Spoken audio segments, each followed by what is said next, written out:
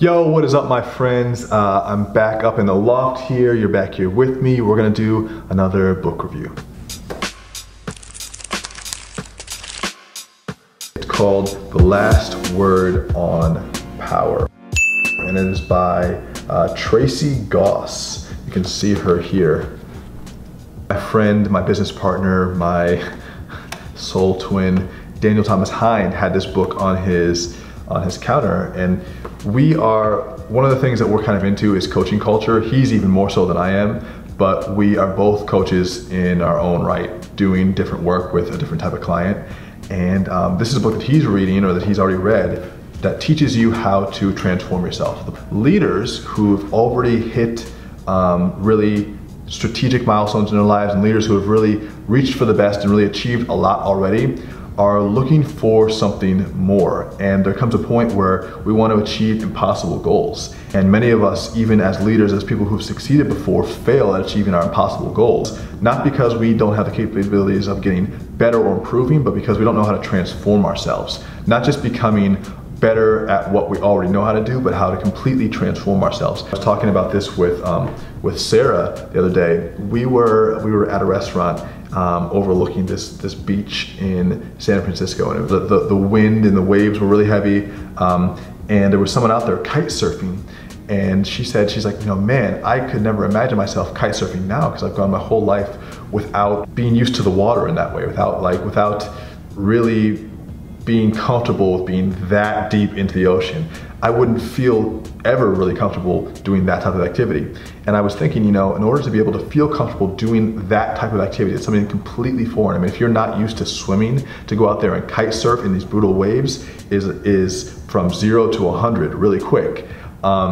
To be able to do that, to make that type of change, it would actually be a transformation. You have to transform who you are on the inside, fundamentally changing your relationship with the way that you look at the water, with the way that you look at your own abilities, the environment, and probably just fate.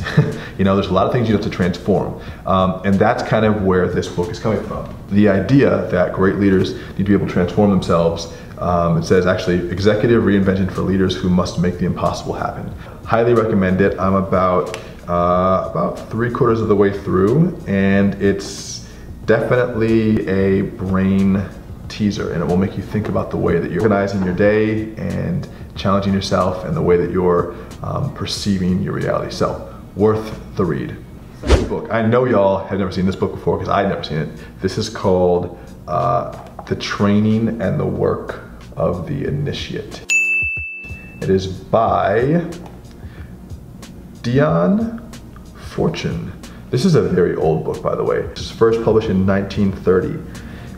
So this is a very, very old book. This book is a slight history and a slight technician's manual for, I would say, metaphysical learning. Back in antiquity, there were all these different secret societies that trained basically mystics in the art of connecting with God in various ways. And in most cultures, these have been called initiates.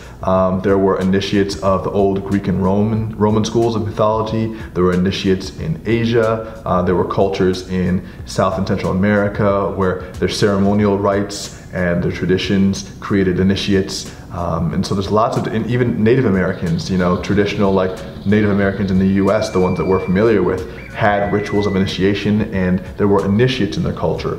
There was a system of bringing people into the mystic reality and the understanding of the connection between humans and the greater good and the greater God and the universe. Like, there were these systems of understanding for this. And the book is a review of some of those different schools of thought, and also essentially teachings of what those schools consist of. One of the things I like here is on the back page, it says a classification of Illuminism. And basically what it is it's a table of all the different types of mystical knowledge and kind of how it all flows. And so you can see here, it covers everything from mysticism and like religion and pantheism and all these different types of classifications of religious pursuit, magic, like shamanism. There's all these different classifications. So I think this is cool just from a perspective of understanding kind of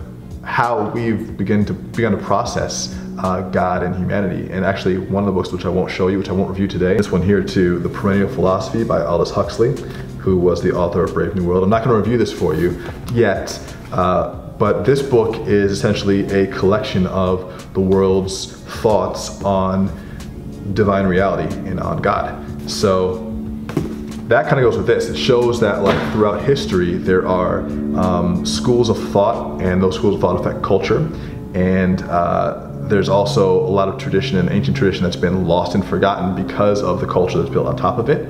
And so when I read these types of books, one, it's like super interesting. Two, I get a lot of history from it. And three, ever since I've been doing all these psychedelic experiences, a lot of these books are much more interesting to me. It only takes a few trips on mushrooms or a few DMT experiences to make these types of works extremely powerful and a little bit more compelling. Last word on power, pretty good.